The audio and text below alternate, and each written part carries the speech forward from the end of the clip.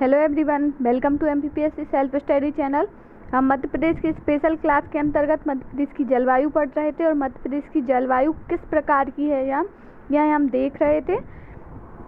साथ ही हमने यह देखा था कि मध्य प्रदेश की जलवायु उष्णकटिबंधीय मानसूनी जलवायु है और उष्णकटिबंधीय मानसूनी जलवायु होने का कारण क्या था।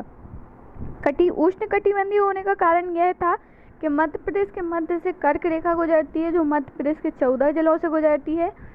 साथ ही मानसूनी होने का कारण यह था कि यहाँ पे दक्षिण पश्चिम मानसून से वर्षा होती है, इसी कारण इसे मानसूनी जलवायु भी कहा गया था।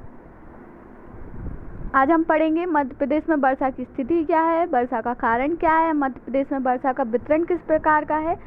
साथ ही इसके अलावा हम मध्य प्रदेश की जलवायु से संबंधित कुछ अन्य तथ्य भी पढ़ेंगे कि मध्य प्रदेश में किस प्रकार से किस ऋतु को क्या कहा जाता है।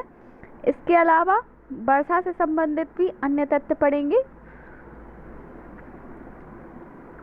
हम पढ़ते हैं मध्य प्रदेश की जलवायु की स्थिति। तो मध्य प्रदेश में की जलवायु मानसूनी है। यहाँ पे अधिकांश वर्षा दक्षिण पश्चिम अरब सागरीय मानसून से होती है और प्रदेश में पश्चिमी एवं मध्य भाग अर्थात इस साइड वाले रीजन में दक्षिण पश्चिम अरब सागरीय मानसून से वर्षा होती है, जबकि पूर्वी एवं दक्षिण पूर्वी भाग में बंगाल की खाड़ी से वर्षा होती है। यहाँ पे अरब सागरीय मानसून से होती है, जबकि यहाँ पे बंगाल की खाड़ी से वर्षा होती है। जब जून में अत्यधिक तापमान होता है तो उत्तर पश्चिमी भाग अर्थात इस वाले रीजन में निम्न वायुदाब का केंद्र बन जाता है, जिससे अरब सागरीय मानसूनी पवनें इसकी ओर आकर्षित होती हैं और नर्मदा नदी घाटी और ताप्ती नदी घाटी में प्रवेश करके यहाँ के पर्वतीय एवं पठारी भागों में वर्षा कराती हैं। इसके साथ ही जब प्रदेश के पश्चिम एवं उत्तर पश्चिम भाग में पश्चिम अर्थात ये वाला भाग एवं उत्तर पश्चिम भाग में ये पवनें पहुँचती हैं तो समुद्र से अत्यधिक दूरी होने के कारण यह शुष्क हो जाती हैं और यहाँ पे अत्यधिक कम वर्षा होती है। अब हम पूर्वी भाग के बारे में बात करें कि पूर्वी भाग में किस प्रकार से वर्षा होती है। तो जो बंगाल की खाड़ी के मानसून है, मानसूनी पवनें उड़ीसा के तट को पार करके छत्तीसगढ़ में प्रवेश करती हैं तो वहाँ पे छत्तीसगढ़ का दंडकारक पठार पार कर जाती हैं और इस रीजन में वर्षा कराती हैं। जबकि यही पवनें जो बंगाल की खाड़ी के मानसून की उठती हैं, यह जब इस साइड से आती हैं उत्तर पूर्व की ओर प्रभावित होती हैं तो यहाँ बघेलखंड का पठार अवरोधक का कार्य करता है और इस कारण से यहीं पे पूर्वी भाग में बंगाल की खाड़ी से वर्षा होती है। इस प्रकार से हमने देखा कि यहाँ पे मध्य प्रदेश में वर्षा कैसे होती है। तो उत्तर पश्चिमी भाग में अरब सागरीय मानसून से, मध्य भाग में भी अरब सागरीय मानसून से वर्षा होती है, जबकि पूर्वी एवं दक्षिण पूर्वी भाग में बंगाल की खाड़ी से वर्षा होती है। और जो ये बंगाल की खाड़ी से वर्षा होती है ये इस रीजन में होती है और यहीं पे सतपुड़ा के घने वन पाए जाते हैं जो इस वर्षा को अपनी ओर आकर्षित करते हैं और यहाँ पे अत्यधिक वर्षा होती है। अब वर्षा का वितरण मध्य प्रदेश में किस प्रकार का है यह हम देख लेते हैं। तो मध्य प्रदेश में वर्षा का वितरण असामान्य है। मध्य प्रदेश को 4 वर्षा रेखाओं में बांटा गया है। नंबर 1 127.5 सेंटीमीटर वर्षा रेखा, सेकेंड 139.7 सेंटीमीटर वर्षा रेखा, थर्ड 125 से 75 सेंटीमीटर वर्षा रेखा और थर्ड 75 से 50 सेंटीमीटर वर्षा रेखा। अब इनको विस्तृत रूप से समझते हैं।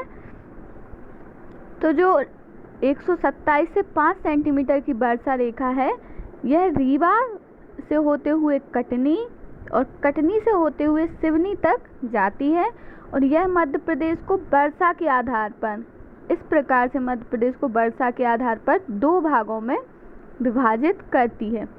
तो मध्य प्रदेश को कौन सी रेखा 2 भागों में विभाजित करती है या इस प्रकार से कि किस वर्षा रेखा के आधार पर मध्य प्रदेश पूर्वी एवं पश्चिमी भाग में विभाजित होता है। तो इसका आंसर होगा 127.5 सेंटीमीटर वर्षा रेखा से मध्य प्रदेश पूर्वी एवं पश्चिमी भाग में विभाजित होता है।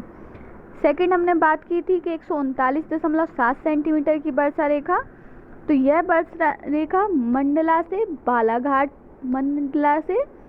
बालाघाट तक आती है और यहाँ पे भी अत्यधिक वर्षा होती है।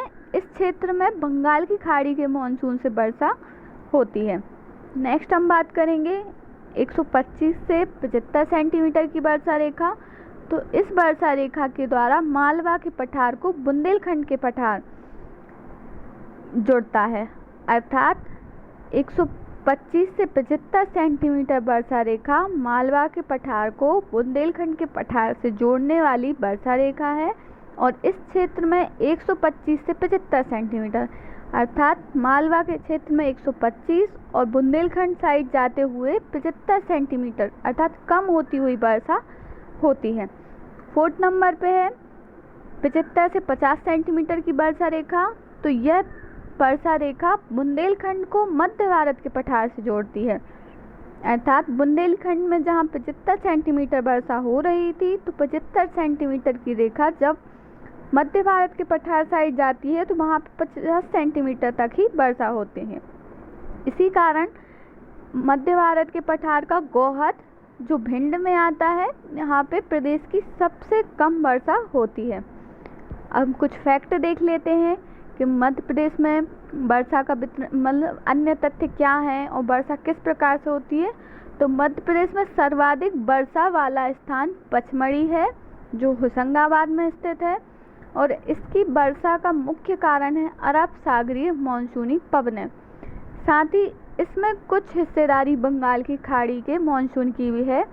जब बंगाल की खाड़ी का मानसून दंडकाराय के पठार को पार करके बालाघाट साइड आता है, मध्य प्रदेश में प्रवेश करता है, तो यहाँ पे बनीय सघनता सतपुड़ा की बनीय सघनता इस मानसून पवनों को अपनी ओर आकर्षित करती है और यहाँ पे वर्षा होती है। इसलिए सबसे ज़्यादा वर्षा पचमढ़ी में होती है। सेकंड नंबर पे सबसे कम वर्षा वाला स्थान गोहद भिंड है, तो गोहद जो भिंड जिले के अंतर्गत आता है क्यों है, तो इसको भी हमने समझा था कि जो बुंदेलखंड को मध्य भारत से जोड़ने वाली वर्षा रेखा है वो 75 से 50 सेंटीमीटर है, इसके कारण भी यहाँ पे वर्षा कम होती है। साथ ही जब अरब सागरीय मानसून नर्मदा घाटी एवं ताप्ती घाटी में प्रवेश करता है और उत्तर पश्चिम की ओर अर्थात मध्य भारत के पठार की ओर यह पवनें जाती हैं तो समुद्र से अत्यधिक दूरी होने के कारण यह शुष्क हो जाती हैं, जिस कारण से यहाँ पे सबसे कम वर्षा होती है। मध्य प्रदेश की औसतन वर्षा कितनी है, तो 112 सेंटीमीटर मध्य प्रदेश की औसतन वर्षा है। साथ ही मध्य प्रदेश में सर्वाधिक वर्षा अगस्त माह में होती है। यह क्वेश्चन पूछा जाता है कि मध्य प्रदेश में वर्षा सर्वाधिक कब होती है, तो अगस्त माह में होती है। जबकि सर्वाधिक वर्षा वाला जिला अर्थात मध्य प्रदेश में सबसे ज़्यादा वर्षा किसी स्थान नहीं किसी जिले के बारे में पूछा गया है कि जिले में कहाँ होती है, तो बालाघाट में मध्य प्रदेश में सर्वाधिक वर्षा वाला जिला है। सर्वाधिक तापमान वाला स्थान तो गंजवासौदा है। सर्वाधिक तापमान वाला जिला ग्वालियर है, जबकि मध्य प्रदेश में सर्वाधिक तापमान वाला स्थान गंजवासौदा है। मध्य प्रदेश में सर्वाधिक तापांतर कब पाया जाता है, तो मार्च महीने में मध्य प्रदेश में सर्वाधिक तापांतर पाया जाता है, जबकि मध्य प्रदेश में सर्वाधिक तापमान मई माह में होता है। तापांतर से तात्पर्य यह है कि दिन के और रात के टेम्परेचर में डिफरेंस होता है, मतलब जहां मार्च महीने में दिन का तापमान अधिक होता है और रात का तापमान कम होता है, तो उस अंतर को तापांतर कहा जाता है और यह तापांतर मार्च महीने में होता है। जबकि तापमान सर्वाधिक मई में होता है, अर्थात मई में गर्मी ही ज़्यादा पड़ती है। इसके अलावा हम कुछ फैक्ट मध्य प्रदेश की जलवायु से संबंधित भी देख लेते हैं। तो जलवायु के आधार पर मध्य प्रदेश में 3 प्रकार की ऋतुएं होती हैं, ग्रीष्मकालीन ऋतु, वर्षा ऋतु और शीत ऋतु। और मध्य प्रदेश में इनको अन्य नाम से भी जाना जाता है। ग्रीष्म ऋतु को युनाला कहा जाता है, वर्षा को चौमासा कहा जाता है और शीत ऋतु को स्याला कहते हैं। ग्रीष्म ऋतु को युनाला, वर्षा को चौमासा एवं शीत ऋतु को स्याला कहा जाता है। चौमासे से तात्पर्य है कि वर्षा होती रहती है, इसलिए वर्षा को चौमासा कहते हैं। जबकि सितंबर और अक्टूबर माह में आकाश स्वच्छ होता है और तापमान में हल्की सी वृद्धि होती है, तो इसे गर्मी की द्वितीय ऋतु भी कहा जाता है। तो गर्मी की द्वितीय ऋतु किसे कहते हैं? तो अक्टूबर माह में जब आकाश स्वच्छ होता है और तापमान में हल्की वृद्धि होती है, तो इस स्थिति को गर्मी की द्वितीय ऋतु कहा जाता है। नेक्स्ट फैक्ट हम देखते हैं कि मध्य प्रदेश में शीत ऋतु में जब मानसून लौट के आता है तो इसे मवाठा कहते हैं। ग्रामीण इलाकों में, बुंदेलखंड में, मध्य प्रदेश में शीत ऋतु में लौटने वाले मानसून को मवाठा कहा जाता है। ये देखते हैं कि मध्य प्रदेश के मध्य से कर्क रेखा जो गुजरी है वो मध्य प्रदेश के 14 जिलों से गुजरती है। तो वे 14 जिले मध्य प्रदेश के कौन से हैं? तो पश्चिम से पूर्व की ओर यह हम देखते हैं। पहला रतलाम, उज्जैन, आगरमालवा, राजगढ़, सीहोर, भोपाल, विदिशा, रायसेन, सागर, दमोह, जबलपुर, कटनी, उमरिया, शहडोल, इन 14 जिलों से कर्क रेखा होकर गुजरती है। इस प्रकार से यह मध्य प्रदेश में जलवायु का वितरण था। नेक्स्ट वीडियो में हम न्यू टॉपिक पढ़ेंगे।